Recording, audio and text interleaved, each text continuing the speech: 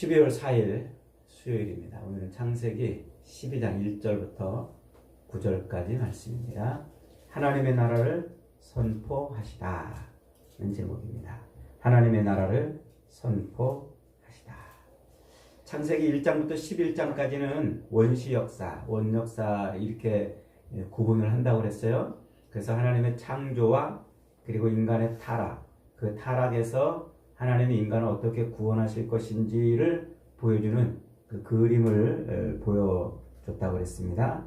이제 12장부터는 하나님의 그 구원을 실제적으로 어떻게 펼쳐가실지, 하나님이 여자의 후손을 통해서 죄악에 빠진 인간들을 구원하신다고 그랬는데 어떻게 구원하실지 그 실체적인 모습을, 그 이야기를 그려주는 것이 이제 12장부터 이어지는 거예요. 그래서 12장부터 요한계시록 끝장 22장까지 그 전체 이야기가 이제 하나로 연결이 되는 겁니다.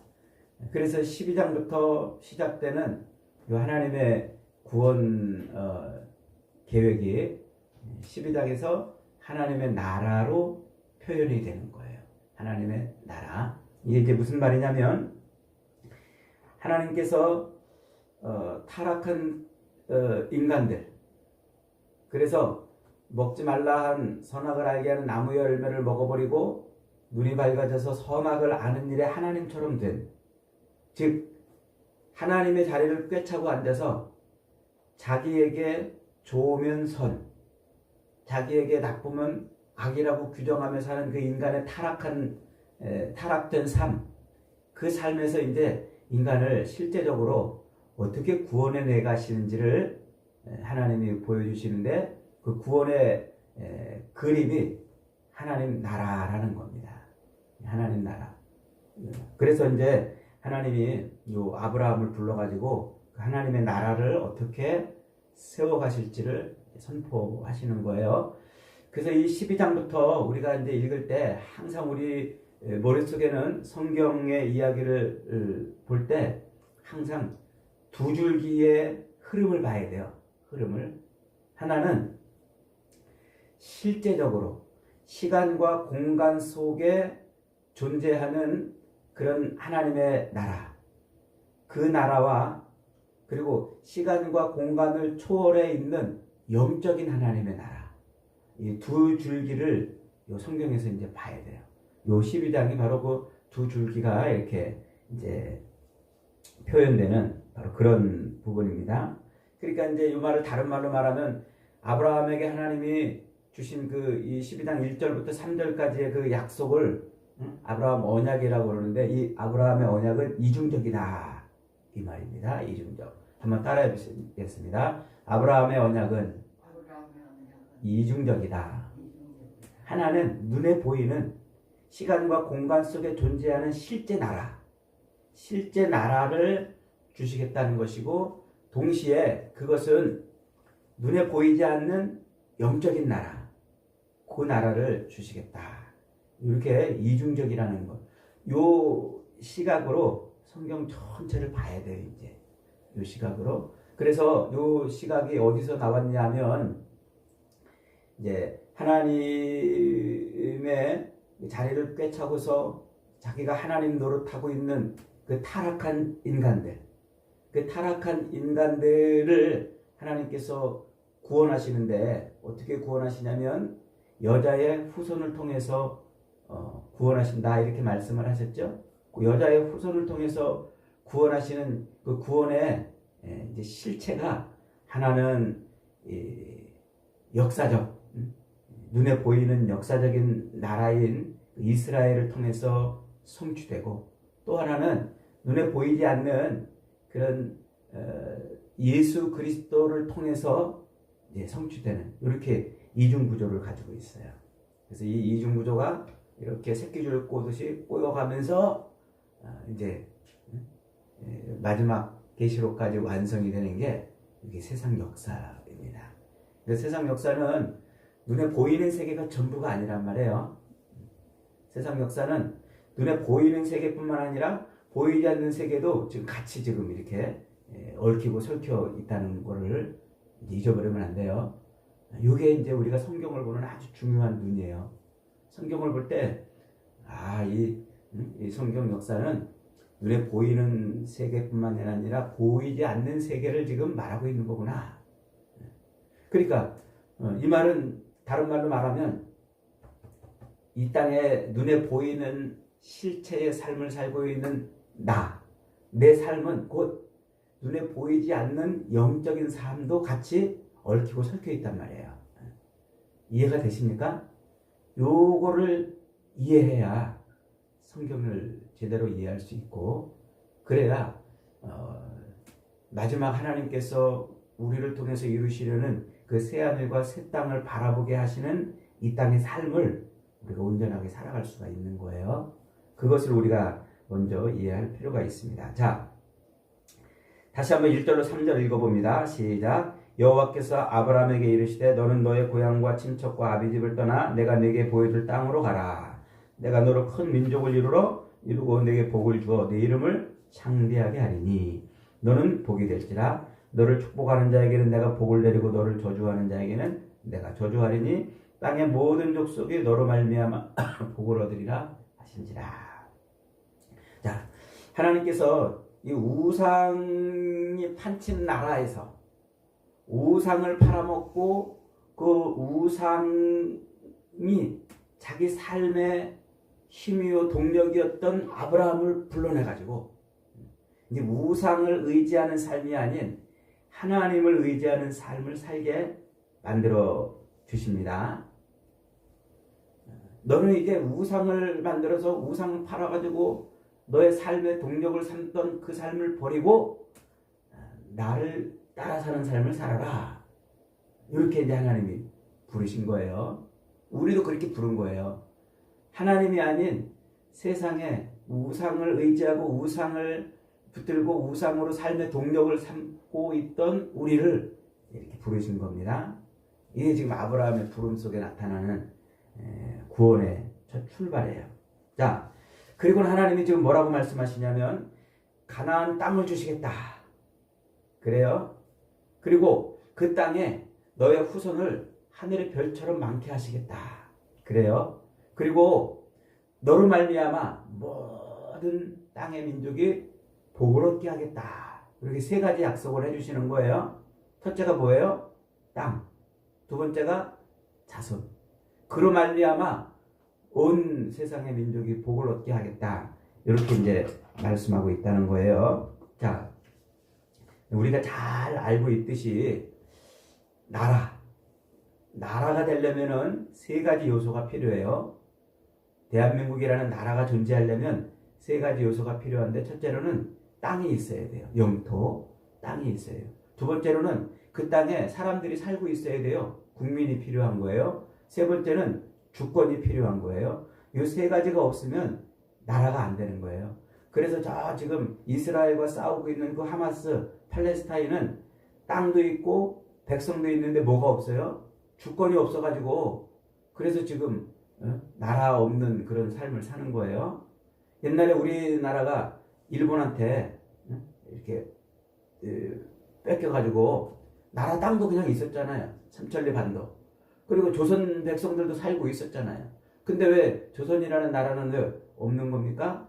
주권을 일본인이 가지고 갔기 때문에 그래요.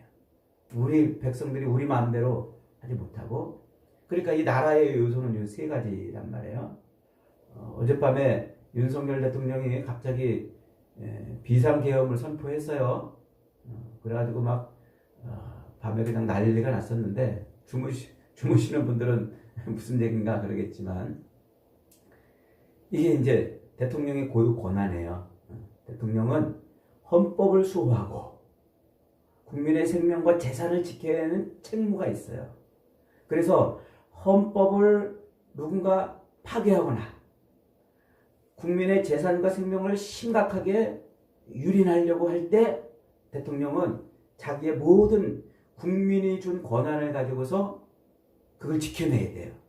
그 지켜내는 최후의 수단이 계엄령 선포예요.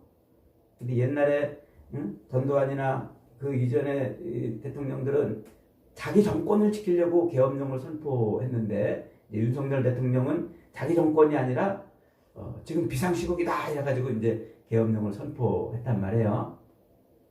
근데 이 국회가 금방 모여서 190명이 그 계엄령 해제시키시오 이렇게 해서 결의를 했어요.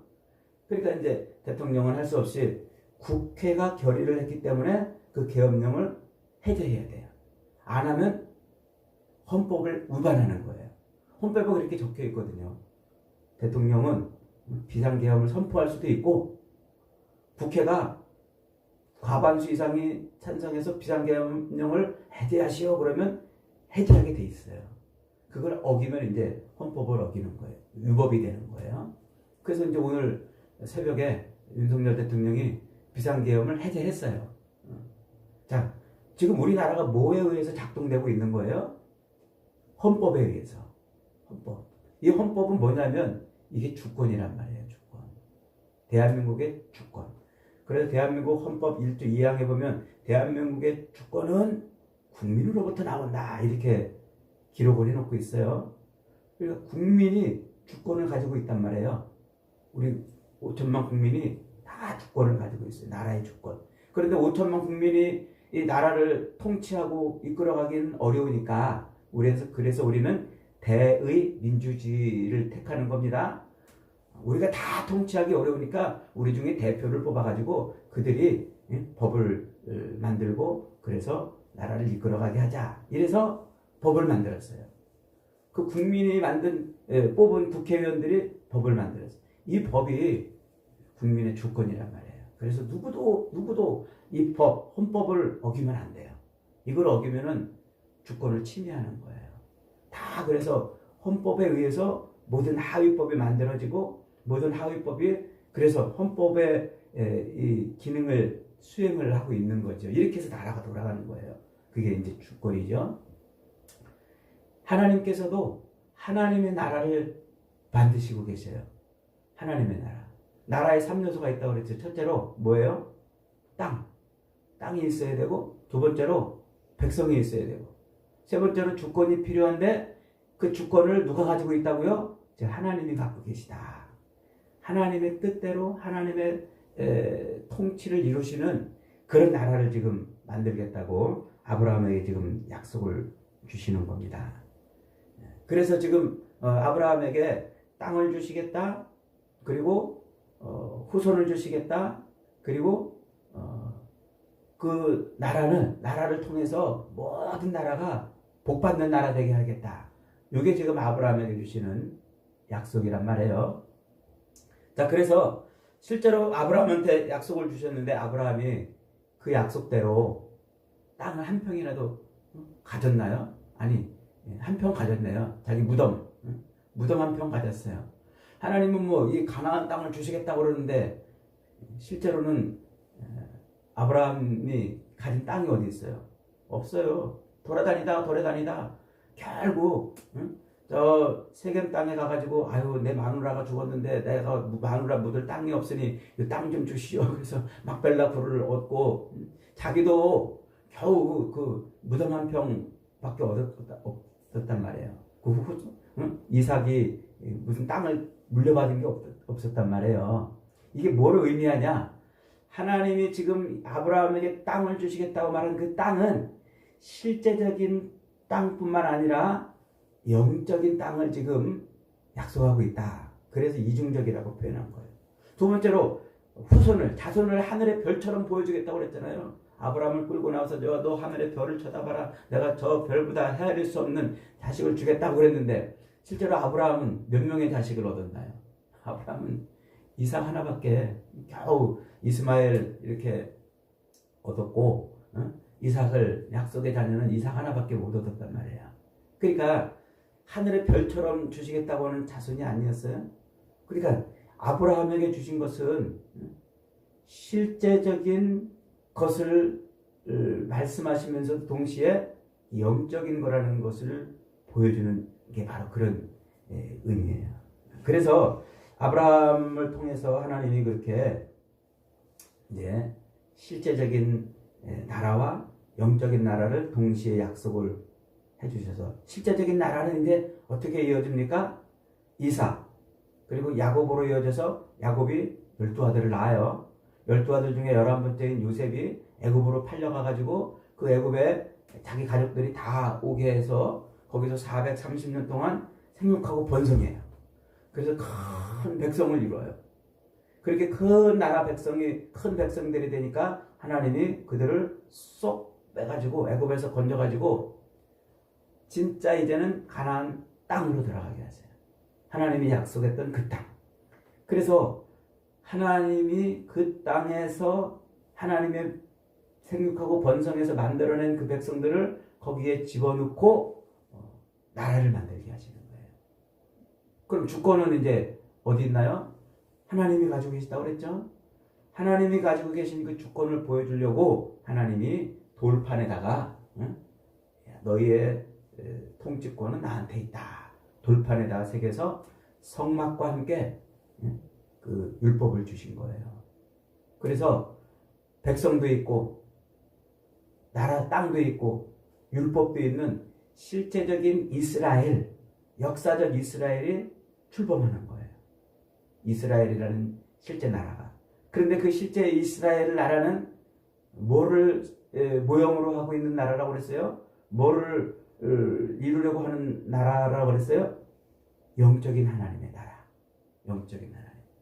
그래서 이 영적인 하나님의 나라를 이제 이루시는 건데, 이 아브라함에게 주신 이 나라를, 하나님의 나라를 주시겠다고 하신 이 약속은 이렇게 실제적인 이스라엘, 역사적 이스라엘, 이 땅에 존재하는 실제적 역사적 이스라엘을 통해서 여자의 후손이 나오는 거예요. 그래서 아브라함, 이삭, 야곱의 그 후손으로 다윗의 왕위를 이어받을 예수 그리스도가 이제 이 땅에 등장을 하시는 것이죠. 그런데 그 예수 그리스도는 단지 이 땅에 실제적인 나라, 그 나라를 세우시려고 오신 분이 아니잖아요. 그분이 오셔서 이루시는 게 뭐예요? 영적인 나라. 이 실제적인 이스라엘이 모형하고 있던 영적인 나라. 그래서 그 영적인 나라를 이루시는 거예요. 그래서 이 실제적인 이스라엘, 이 나라가 하나님의 나라였는데도 불구하고 이스라엘 백성들이 주권을 자기들이 탈취해가지고 하나님을 섬기는 게 아니라 우상을 섬기며 자기들의 욕망을 채우며 살아요.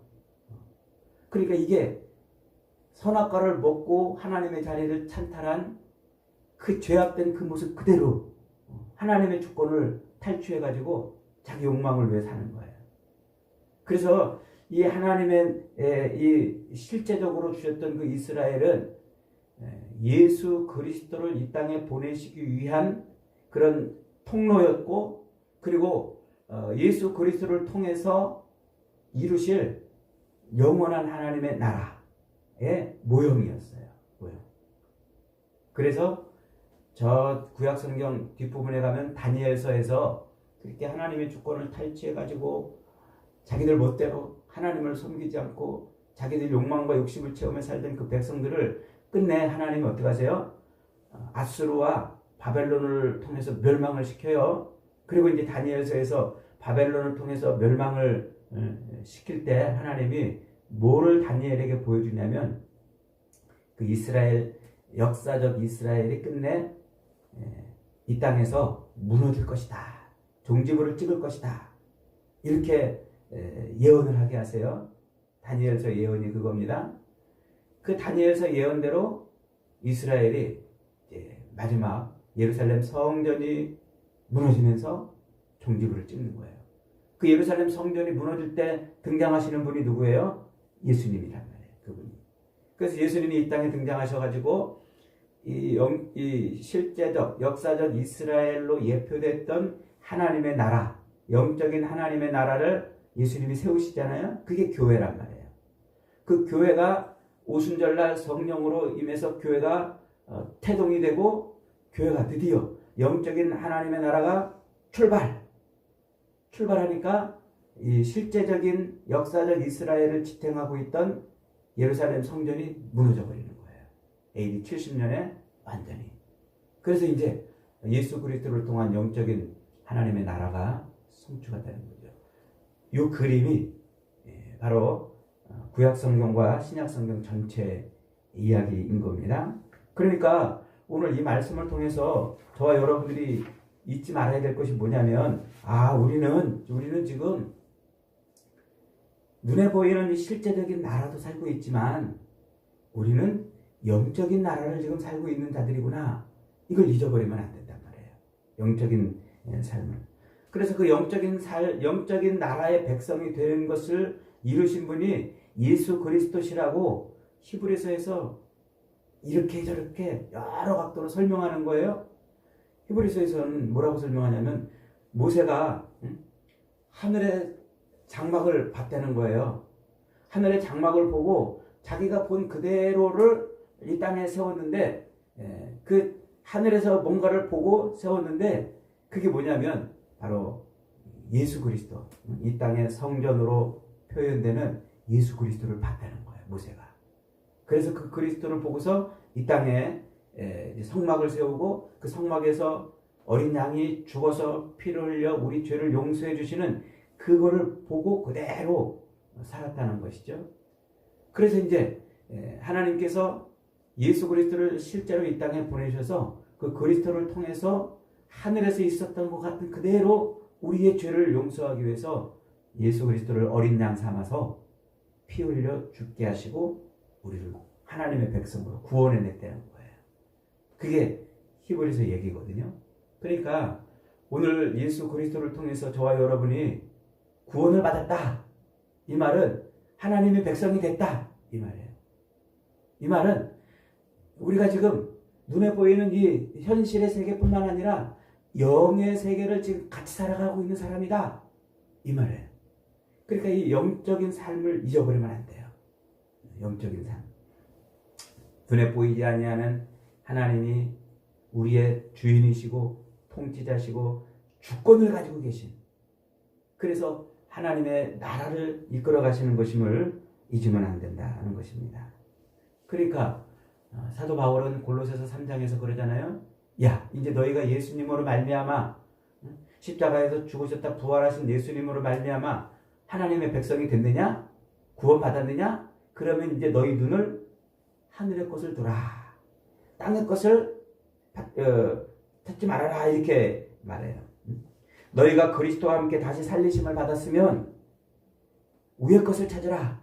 거기는 그리스도께서 하나님 우편에 앉아 계신다. 위의 것을 생각하고 땅의 것을 생각하지 말라. 이는 너희가 죽었고 너희 생명이 그리스도와 함께 하나님 안에 나타났다. 우리 생명이신 그리스도가 나타나실 그때, 재림하실 때죠. 그때 우리도 그와 함께 영광 중에 설 것이다. 그러므로 땅에 있는 지체를 죽이라. 곧 음란과 부정과 사욕과 악한 정욕과 탐심이니 탐심은 우상숭배니라. 이런 거예요. 그러니까 예수 그리스도로 말미암아 우리가 구원을 얻었다 하는 말은, 즉 여자의 후손으로 오시겠다고 하신 그 예수 그리스도, 그분을 통해서 우리가 구원을 얻었다면 이제 우리는 어디에 속한 사람이 됐다는 거예요? 땅에 속한 사람이 아니라 하늘에 속한 사람이 됐다는 거예요. 그래서 우리는 늘 하늘을 바라보고 살아야 돼요. 땅의 것을 아니라. 그래서 땅에 있는 것을 자꾸 죽이고 땅의 지체를 죽이라, 이렇게 말하는 거예요. 여러분들이 예수님으로 말미암아 구원을 받았습니까? 그러면 아브라함을 통해서 약속하신 그 약속이 지금 성취된 거예요. 그래서 우리는 이제 눈에 보이는 요 실제적인 땅의 삶뿐만 아니라 하늘에 속한 사람이 됐어요. 하늘에 속한. 그래서 우리는 예수 그리스도의 재림을 통해서 완전한 새 하늘과 새 땅에 들어가는 날까지 이제 우리는 하늘나라 백성으로 사는 거예요. 하늘나라 백성. 그러므로 우리는 이 땅에서 눈에 보이는 것을 얻으려고 애쓰고 수고하고 몸부림칠 게 아니라 그 하늘의 삶을 살아가려고 애쓰고 수고해야 되는 거예요. 이렇게 살아야 이것이 영적인 삶이고 교회의 삶이고 구원받은 삶이고 하나님 백성의 삶이라는 겁니다. 저와 여러분이 이 아브라함을 생각할 때마다 우리는 땅에 이 실제의 삶과 영적인 삶을 동시에 살고 있는 사람이구나 늘 기억하고 늘 그리스도 예수를 통해서 얻은 이 놀라운 하늘에 속한 삶을 온전히 살아내는 복된 인생들이 다 되시기를 주님의 이름으로 축복합니다. 아멘. 말씀 붙들고